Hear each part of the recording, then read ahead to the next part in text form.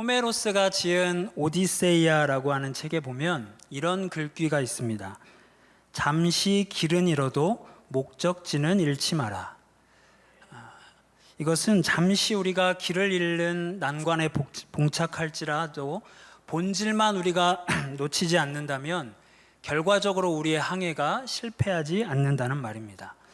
오늘 우리는 성경 두 곳의 본문을 통해서 때로 우리의 인생의 배가 표류하며 멈춰선 것 같은 때에 어떻게 우리가 새로운 활로로 나아갈 수 있을지를 살펴보기 원합니다. 우리의 인생의 배가 멈춰선 것 같은 때에 우리가 찾고 붙들어야 할 두 가지를 오늘 우리가 함께 같이 나누기 원합니다. 그 첫 번째는 이것입니다. 화면으로 우리 함께 같이 읽겠습니다. 첫 번째 같이 읽습니다. 시작. 내 배 안에 잠들어 계신 예수님을 흔들어 깨워야 합니다. 원래 우리가 읽은 첫 번째 본문이 마가복음의 본문은 믿음의 눈으로 풍랑을 바라보지 못하고 두려움에 빠져버린 제자들에게 책망하시는 믿음의 눈을 가지고 살아야 할 것을 이야기하시는 예수님의 이야기가 주제입니다. 그런데 오늘은 그 본문을 조금 다른 시각으로 함께 나눠보고자 합니다. 오늘 본문 속의 12제자는 배를 타고 갈릴리 호수를 건너가다가 거센 풍랑을 만납니다. 이 갈릴리 호수는 헐몬산으로부터 흘러나오는 물과 또 갈릴리 호수의 물이 만나면서 늘 풍랑이 작게 일어나던, 풍랑이 자주 찾아오던 그런 곳이었습니다.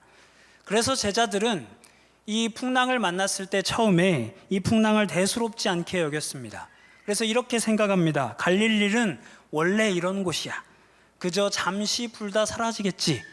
내가 이곳에서 30년을 살았는데 30년의 어부의 경험이 나에게 있는데 나의 경험과 노하우로 볼 때 저 바람은 우리 배를 막을 정도는 아닐 거야. 그런데 금방 멈출 줄 알았던 이 바람은 점점 강해져서 파도를 만들기 시작했습니다. 37절 본문을 새 번역으로 보니까 우리 한번 같이 읽겠습니다. 상황이 이렇게까지 진행됐습니다. 화면으로 같이 읽습니다. 그런데 거센 바람이 일어나서 파도가 배 안으로 덮쳐 들어오므로 물이 배에 거의 가득 찼다.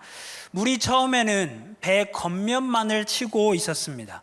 그런데 점점 그 강도가 강해지고 파도의 높이가 높아져서 이내 이 파도의 물이 배 안으로까지 들어오고 있었습니다. 금세 그 물은 배를 가라앉을 지경에 만들 정도로 배에 가득 차게 되었습니다. 그래서 제자들은 이 파도를 버틸 수가 없었습니다. 열심히 물을 퍼냈지만 이들은 이내 깨달았습니다. 이 배를 지켜낼 힘이 나에게는 없다는 것을 절감하게 되었습니다. 이렇게 자신들의 30년이 넘는 오랜 기간의 경험과 오래 쌓인 그 노하우를 뛰어넘는 현상과 문제 앞에서 이 제자들은 위태로움과 다급함을 느낍니다. 그리고 그때 그들의 머릿속에 스쳐가는 한 분이 있었습니다. 바로 배 뒤에서 주무시고 계시는 예수님이었습니다. 그래서 제자들은 한 걸음에 예수님께로 달려가 예수님을 흔들어 깨웁니다. 38절을 화면으로 한번 보시면 예수님을 흔들어 깨우면서 제자들은 예수님에게 이렇게 외칩니다. 예수님, 우리가 죽게 됐습니다. 예수님, 우리가 죽게 됐습니다. 예수님을 흔들어 깨우고 있습니다. 오늘 이 흔들어 깨움에서 제자들의 살 길이 열렸습니다. 호숫가를 건너가던 배가 풍랑을 만나서 가라앉아 가던 그 시간에 배 안에 계셨지만 잠들어 계시던 그 예수님을 흔들어 깨워서 예수님, 우리가 죽게 되었습니다. 울부짖을 때에 제자들의 살 길이 열렸습니다.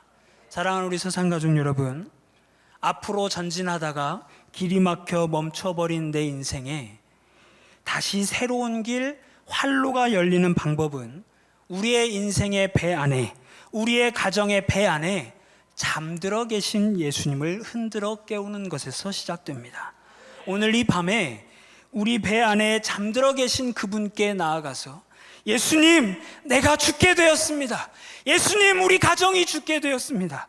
예수님을 흔들어 깨우는 역사가 있기를 주님의 이름으로 축복합니다.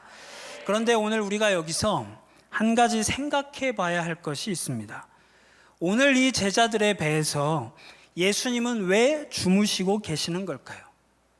배에 예수님이 안 계신 게 아니라 배 안에 이미 예수님이 들어와 계신데도 예수님은 왜 아무런 역사도 하지 않으시고 주무시고만 계시는 걸까요?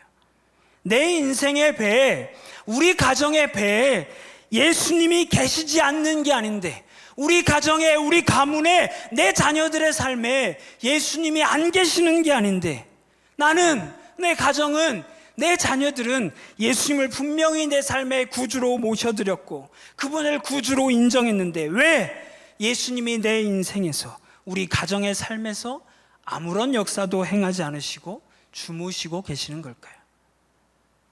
사랑하는 여러분, 그것은 우리가 주님을 재워서 그렇습니다. 우리가 주님을 찾지 않고 예수님의 능력을 구하지 않았기 때문입니다. 왜 그렇게 되어버렸습니까? 그것은 바로 예수님이 우리를 도우시지 않아도 우리 힘으로 할 수 있는 일들이 점점 많아졌기 때문입니다. 예수님 없이도 내 삶은 잘 진행되어 가고 있고, 예수님 없이도 내 가정과 내 자녀의 삶은 계획대로 잘 진행될 만큼 우리의 삶에서 마치 제자들의 30년의 어부 경험과 같이 경험과 지혜가 쌓였기 때문입니다. 오늘 배를 띄워서 호수 건너편으로 넘어가는 제자들에게도 주무시는 예수님을 깨울 이유가 없었습니다. 30년 넘게 이 제자들은 갈릴리에서 어부의 경험이 많이 쌓여 있었습니다. 어디로 가야 바람의 방향을 잘 이용할 수 있는지, 어느 지점에서 물살이 거세지는지 다 알고 있었습니다. 어느 시점에, 어느 기후에 이 호수가 어떤 모습으로 작용하는지, 바람과 파도가 어떤 모습으로 일하는지도, 바람과 파도가 만약 일어난다면 어느 정도의 높이와 세기로 불지도 30년의 경험상 다 알고 있었습니다. 그래서 제자들은 경험상 굳이 예수님의 도움이 없이도 이 갈릴리 호수 정도는 무난하게 지나갈 수 있었습니다. 그래서 이 제자들에게는 예수님이 잠들어 계셔도 아무런 상관이 없었습니다.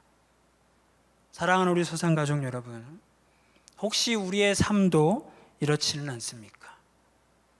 과거에는 예수님 한 분밖에는 답이 없다고 외치던 나에서 이제는 신앙의 경륜도 쌓이고 신앙의 경험도 쌓이고 인생의 많은 경험과 노하우가 쌓이고 인맥도 생겨서 문제가 생겨도 나 혼자 충분히 해결이 가능해졌습니까? 우리의 경험과 인맥과 지혜가, 우리의 재정적 풍요로움이 우리의 삶에서 예수님의 능력과 도움이 필요 없도록 우리를 점점 그렇게 만들어 갔습니다. 그렇게 우리는 점점 예수님을 내 인생의 배 안에 들어와 계시기는 하지만 역사하시지는 않는 분으로 재워버렸는지도 모릅니다.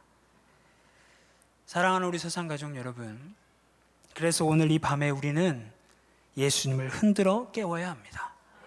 우리가 나 혼자로도 넉넉해서 그렇게 잠재워둔 예수님을 다시 흔들어 깨워야 합니다. 내 배에서 예수님께서 잠들어 계셔도 충분한 인생인 것처럼 예수님을 내 안에 구주로 모시고만 살아가서는 안 됩니다. 내 인생의 배가 항해하는 모든 과정에 주님 외에는 길이 없다고 처음부터 우리는 그렇게 외치며 모든 과정을 함께 해 나가야 합니다. 예수님, 우리가 죽게 생겼습니다. 우리의 가슴 속에, 우리의 가정의 삶의 여정 속에, 내 자녀의 삶의 여정 속에 예수님께서 다시 깨어나 일하시도록, 그저 구주로만 있지 않으시도록, 우리의 삶에 역사하는 분이시도록 예수님을 흔들어 깨워야 합니다. 예수님 대신 내가 쥐고 있던 내 배의 키를, 우리의 모든 것을 내려놓아야 합니다. 예수님이 내 인생의 배의 주인이 되시도록 주인의 자리를 비워야 합니다. 가정의 가장들은 가장의 자리에서 내려와서 예수님을 흔들어 깨워야 합니다. 예수님 일어나셔서 여기에 앉으세요. 예수님 일어나셔서 우리 가정의 배의 가장 높은 곳에 앉으세요. 그렇게 우리는 예수님을 흔들어 깨워야 합니다. 그리고 예수님께서 내 배의 키를 직접 쥐시도록 우리는 그렇게 예수님께 내 배의 키를 맡겨드려야 합니다. 주인은 하나님, 나는 수종드는 종. 분명한 정체성을 가지고 우리 배의 보좌에 하나님이 앉으시도록, 우리 배의 보좌에 예수님이 앉으시도록 우리는 그렇게 예수님을 흔들어 깨워야 합니다. 그렇다면 예수님이 우리를 다스리실 것입니다. 그렇다면 예수님은 우리의 구주만 되지 않으시고 우리의 배의 모든 전반의 주인이 되시는 그런 나의 주인, 나의 주님, 역사하시는 하나님으로 우리에게 일하셔서 우리는 너끈히 호수 건너편으로 건너갈 수 있을 것입니다. 우리 마음속에 예수님이 없이 사는 사람은 없습니다. 여기 모인 모든 우리 하나님의 자녀들의 마음속에 예수님이 없는 분은 없습니다. 그런데 우리가 오늘 이 밤에 다시 한번 점검하고 결단해야 할 것은 과연 예수님께서 내 삶에서 주무시지 않으시고 살아 역사하시는 것을 매 순간 내 눈으로 보고 내 삶으로 체험하고 있느냐 하는 것입니다. 우리 자신에게 오늘 이 밤에 질문해 보아야 합니다. 사랑하는 여러분, 이제 잠드신 예수님을 흔들어 깨웁시다. 우리가 화면을 보고 한번 이렇게 같이 하나님 앞에 외쳤으면 좋겠습니다. 크게 한번 외칩니다. 시작. 예수님, 우리가 죽게 생겼습니다. 이제 일어나셔서 내 삶을 다스려 주세요. 내 배의 가장 높은 곳에 앉아주세요. 첫 번째 이야기를 마무리합니다. 사랑하는 우리 서산가족 여러분, 우리 안에 이미 들어와 있으신 예수님을 들어와만 계시고 주무시도록 해서는 안 됩니다. 예수님을 흔들어 깨워서 이제 내 배의 주인 자리를 내어드려야 합니다. 여러분의 가정에, 여러분의 사업장에, 여러분의 일터에, 우리 교회에 예수님이 계시지만 주무셔서는 안 됩니다. 계속 예수님을 흔들어 깨워서 주인의 자리에 앉혀드려야 합니다. 그렇게 예수님이 주무시지 않으시고 깨워서 일어나셔서 우리의 삶의 주인이요 왕으로 직접 통치하시는 은혜가 오늘 이 밤에 우리의 삶에, 우리의 가정과 자녀들의 삶에 일어날 수 있기를 주님의 이름으로 축복합니다. 그런가 하면 우리의 인생이 멈춰선 것 같은 때 우리가 찾고 붙잡아야 할 활로 두 번째는 이것입니다. 우리 화면으로 한번 같이 읽겠습니다. 시작. 벳메르하게 멈춰서야 합니다. 오늘 우리가 읽은 두 번째 본문 사무엘하 15장에서 다윗은 마음이 무너질 만한 소리를 하나 전해 듣습니다. 본문 13절입니다. 우리 한번 같이 읽겠습니다. 시작. 전령이 다윗에게 와서 말하되 이스라엘의 인심이 다 압살롬에게로 돌아갔나이다 은지라. 이 일은 지난 4년간 점차 진행되어 왔습니다. 이 일이 벌어지기 전 4년 동안 압살롬은 매일 아침마다 성문 앞에 나가서 백성들의 마음을 얻기 시작했습니다. 그런데 다윗이 이 4년 동안 이것을 전혀 알지 못했습니다. 과거의 다윗은 양떼의 마음을 늘 살피던 종이었지만 지난 4년간 다윗은 백성들의 마음을 살피지 못했습니다. 꿈에도 몰랐던 이런 일이 펼쳐지자 그 결과 다윗이 이렇게 반응합니다. 본문 14절 우리 화면으로 같이 읽습니다. 시작. 다윗이 예루살렘에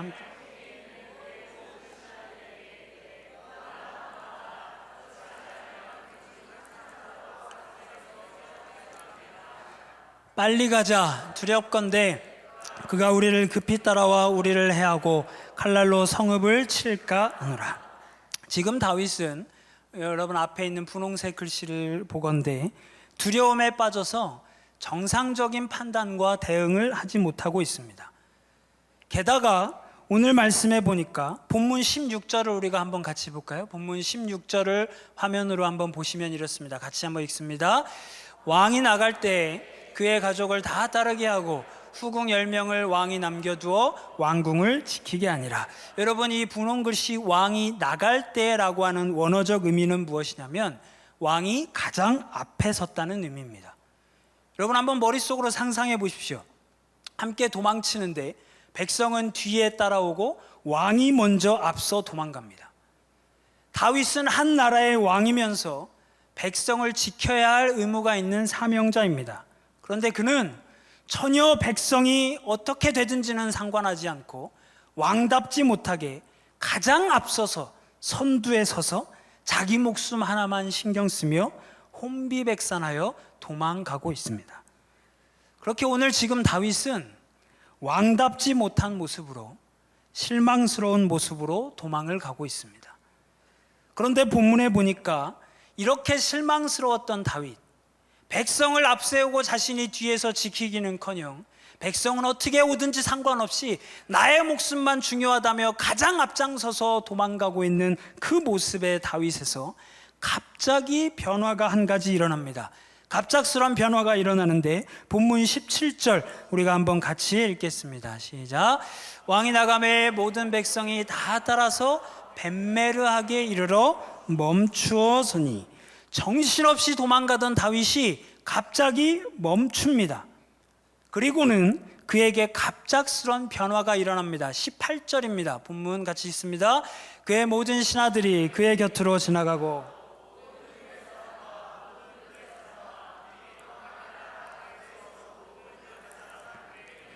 왕 앞으로 행진하니라. 본문의 16절과 18절의 차이를 아시겠습니까? 본문 16절에서 다윗은 자기가 앞장서서 먼저 도망갔습니다. 그런데 17절을 지나고 나니까 18절에 왕 앞으로 갔다는 의미는 왕이 맨 뒤에 남았다는 뜻입니다. 가장 선두에 서서 도망가던 다윗이 갑자기 백성을 먼저 보내고 자기가 후미를 맡아서 백성들의 안전을 지키는 왕다운 모습을 회복하는 그런 일이, 놀라운 변화가 갑자기 일어납니다. 맨 앞서 도망가던 다윗이 맨 뒤로 간 것입니다. 갑자기 그가 왕으로서의 모습을 회복하고 백성들을 지키기 시작합니다. 본문 23절도 보십시오. 본문 23절에 보니까 같이 읽습니다.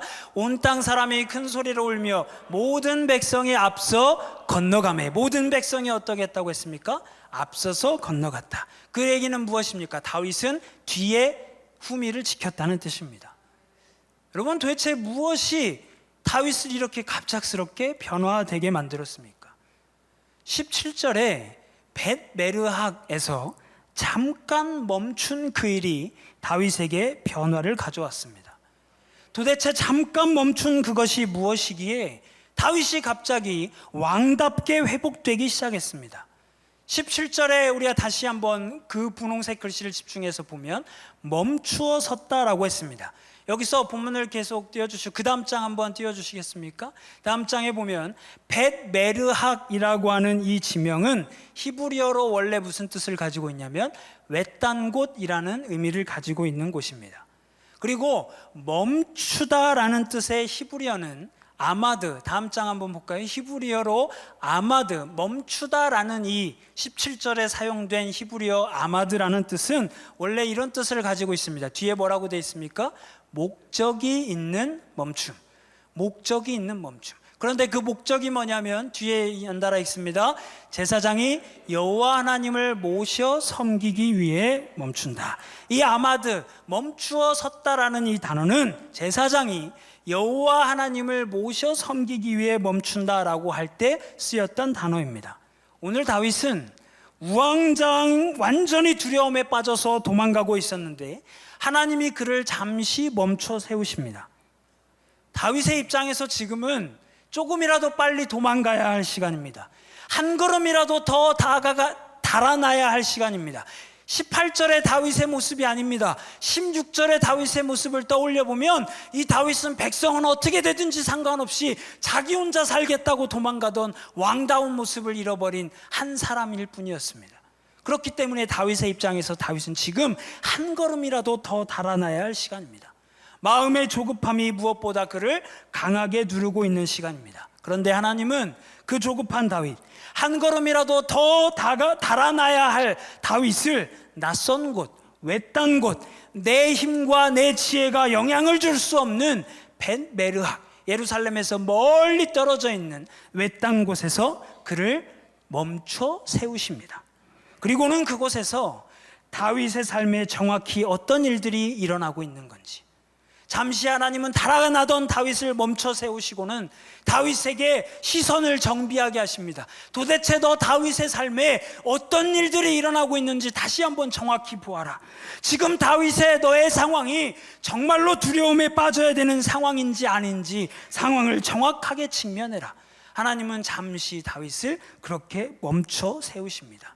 모든 상황을 정확히 직면하게 하십니다. 그리고 깨닫게 하십니다. 그리고 살아계신 하나님께로 그의 시선을 맞추도록, 살아계신 하나님께로 그의 시선을 돌이키도록 하나님은 그를 잠시 멈춰 세우십니다. 다윗이 그간 붙들고 경험했던 다윗의 하나님이 어떤 분이었는지를 다시 복기하도록 그를 잠시 멈춰 세우십니다. 왜 그랬냐면 사실 압살롬의 소식을 들은 이 순간은 다윗에게 위험한 순간은 아니었습니다. 왜냐하면 예루살렘은 난공불락의 성이었고 그에게는 600명이 넘는 신하와 가족들이 있었고 본문 21절에 보니까 다윗을 위해서라면 목숨도 바칠 수 있는 가드 사람 이때와 같은 충신들이 여전히 많이 남아 있었습니다. 그래서 다윗은 원래는 사실 충분히 압살롬을 대적할 수 있었습니다. 그는 전혀 혼자가 아니었습니다. 그는 그렇게 도망할 만한 상황이 아니었습니다. 허둥지둥 무력하게 도망할 상황이 아니었는데 다윗은 두려움이라고 하는 감정에 순식간에 사로잡혀서 상황 파악을 제대로 하지 못하고 백성을 버리고 다윗다운 모습, 골리앗에게 나아가던 소년 다윗, 그 믿음의 사람 다윗다운 모습을 모두 상실한 채 백성은 다 어떻게 되든지 상관없이 도망해 버린 것입니다. 감정에 사로잡혀서 당장 들리고 보이는 문제에 마음이 사로잡혀서 내 상황이 객관적으로 어떤 상황인지도 파악하지 못하고 도망하던 그 다윗이 외딴 곳에 이르러서 하나님이 그를 멈춰 세우신 목적이 있는 멈춤, 제사장이 여호와 하나님을 모셔 세우기 위해, 모셔 섬기기 위해 세운 그 멈춤을 가진 이후에 다윗은 자신의 상황을 정확히 볼 수 있게 되었습니다. 그리고 그는 그곳에 멈춰 서서 하나님과 시선을 마주쳤을 때 왕의 모습을 완벽하게 회복하게 됩니다. 왕의 모습의 회복과 더불어서 믿음의 사람 다윗, 골리앗에게 나아갔던 소년 다윗의 믿음의 모습도 회복하게 됩니다. 벳메르하게 멈춰섬 이후에 다윗은 이렇게 하나님께 고백합니다. 시편 3편 3절과 6절 연달아 읽습니다. 시작. 여호와여, 주는 나의 방패시요 나의 영광이시요 나의 머리를 드시는 자이시니이다. 천만인이 나를 에워싸 친친다 하여도 나는 두려워하지 아니하리이다. 두려움에 빠져서 백성을 다 버리고 내팽개치고 도망가던 다윗이 잠깐 멈춰 서서, 하나님이 멈춰 세우셨을 때 잠깐 서서 정확히 상황을 돌아보고 나의 하나님과 시선을 마주쳤을 때 제사장이 여호와 하나님을 모시고 섬기듯 그 하나님을 다시 기억하고 다시 바라봤을 때 다윗이 완전히 회복이 됩니다. 왕다운 모습, 믿음의 사람의 모습을 잃었던 그가 다시 다윗다운 모습, 믿음의 사람다운 모습, 왕다운 모습을 회복하게 됩니다. 그리고 하나님을 찬양하면서 하나님이 나를 붙드시고 지키실 것이라는 믿음의 고백을 하나님 앞에 올려드리고 있습니다. 사랑하는 우리 사상가족 여러분, 그래서 우리에게도 이 벳메르하게 멈춰섬의 시간이 필요합니다. 허둥지둥하며 하루를 선용하지 못하고 의미 없이 소모하며 하루하루를 애타게 어렵게 두려움에 사로잡혀 조급함에 사로잡혀 있을 때는 내 삶의 모든 것을 홀로 해결해야 된다는 외로움이 나를 지배합니다. 나의 꿈은 이미 실패했다는 실패감이 내 안에 찾아옵니다. 도대체 나는 어떤 삶을 살아야 할 것인가? 막연한 두려움이 우리를 사로잡습니다. 그래서 나의 눈이 제대로 내 주변을 보지 못하도록 만듭니다. 살아계신 하나님을 바라보지 못하도록 우리의 눈을 가려버립니다. 그래서 우리에게는 현재의 상황과 현재의 모습에 시선을 두지 않고 내 감정에 매몰되지 않고 잠시 그대로 멈춰서서 나의 시선을 하늘로 향하도록 고정시키는 벳메르하게 멈춰섬의 시간이 필요합니다. 왜 그렇습니까? 벤메르하게 멈춰섬의 시간은 우리가 혼자가 아님을 알게 합니다. 이제 나를 도울 이가 아무도 없다는 두려움에 빠졌을 때 벤메르하게 멈춰서는 그 시간, 이것을 우리의 말로 하면 무엇입니까? 예배하는 시간. 하나님 앞에 예배하러 잠시 내 시간의 모든 것을 멈춰두는 그 시간은 우리가 혼자가 아님을 알게 합니다. 문제를 제대로 직면하게 하고 내 주변에 이미 허락해 두신 하나님의 복들을 들여다보도록 내 시선을 다시 정확하게 정비하도록 허락하십니다. 그리고 가장 중요한 것 무엇입니까? 아까 살펴본 것처럼 시편 3편의 고백, 하나님이 나의 손을 놓지 않고 여전히 내 손을 굳건히 붙잡고 계심을 명확히 발견하고 인식하고 확신할 수 있게 되는 것입니다. 믿음의 시선을 회복할 수 있게 되는 것입니다. 이 벤메르하게 멈춰섬의 시간, 나는 너무 급하지만, 나는 조급해서 한 걸음이라도 더 갔으면 좋겠지만 하나님이 나를 멈춰서게 하는 그 멈춰섬의 시간이 있을 때 우리다움이 회복되는 것입니다. 여러분 안에 원래 감춰져 있는 잠재력과 가능성이 그때 회복되는 것입니다. 왕의 자녀다운 자신감이 회복되는 것입니다. 그래서 하나님은 우리를 때로 인생의 여정 가운데서 멈춰서게 하십니다. 나는 조급한데, 나는 급한데, 나는 한 걸음이라도 더 갔으면 좋겠는데, 나는 이 내 삶을 빨리 준비했으면 좋겠는데, 내 친구들은 저 멀리 나보다 빨리 가고 있는데 나는 여기 서 있으면 안 되는데, 하지만 하나님은 나를 멈춰서게 하는 멈춰섬의 시간을 갖게 하십니다. 우리를 멈춰서게 하시고 하나님의 음성을 듣도록, 하나님과 시선을 마주치도록 우리를 잠시 세우실 때가 있습니다. 말씀을 마무리합니다. 사랑하는 여러분, 하나님이 우리를 멈춰 세우실 때 감사하십시오. 열심히 앞으로 전진하는 것 같던 내 인생이 갑자기 멈춰 세워질 때, 승승장구하던 내 인생이 갑자기 멈춰서서 모든 삶의 동력과 힘과 꿈을 잃어버렸을 때, 그 시간은 실패의 시간, 낭비의 시간, 내가 뒤처지는 시간이 아닙니다. 사랑하는 여러분, 여러분의 지금이 멈춰 세워짐의 시간입니까? 내 마음은 한 걸음이라도 더 갔으면 좋겠는데, 빨리 많은 것을 내 자녀가 이루었으면 좋겠는데, 내 자녀가 빨리 승승장구했으면 좋겠는데, 내 삶이, 내 자녀의 삶이 모든 동력을 잃고 멈춰 세워졌습니까? 여러분의 주변은 저 멀리 빨리 달려가는데, 옛날에 나보다 뒤에 있던 사람은 지금은 나보다 훨씬 앞장서 가는데, 나는 그 앞에, 나는 여전히 뭔가 동력을 잃고 멈춰 세워졌습니까? 하나님께서 나를 갑자기 외딴 곳에서, 홀로 선 곳에서 1대1로 멈춰 세우십니까? 여러분이 볼 때 아무것도 아닌 의미 없는 시간만 흘러가도록 나를 방치하시는 것 같으십니까? 사랑하는 여러분, 그 시간이 은혜입니다. 멈춰 세워지는 그 시간이 은혜입니다. 그 시간이 나다움이 회복되는 시간입니다. 그 시간이 정신없이 살아가느라 나의 꿈을 잃어버렸던 나의 꿈을 다시 회복하게 하는 시간입니다.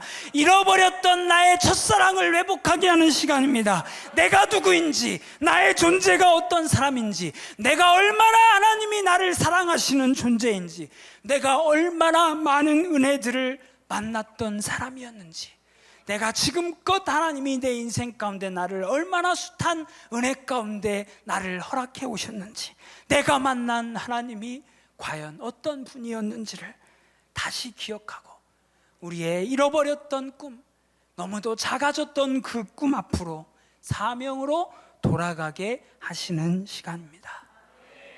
이제 우리의 일상과 내 마음의 걸음을 멈춰서 나의 시선을 하나님께로 드립시다. 또 하나님이 영문 없이 나를 멈춰 세우셨을 때 그 시간을 은혜로 마주합시다. 여러분의 오늘 밤이 우리에게 벤메르하게 멈춰섬의 시간이 될 수 있기를, 왕의 자녀다운 모습을 회복하는 시간이 될 수 있기를, 나다움을 회복하는 시간이 될 수 있기를 주님의 이름으로 축복합니다.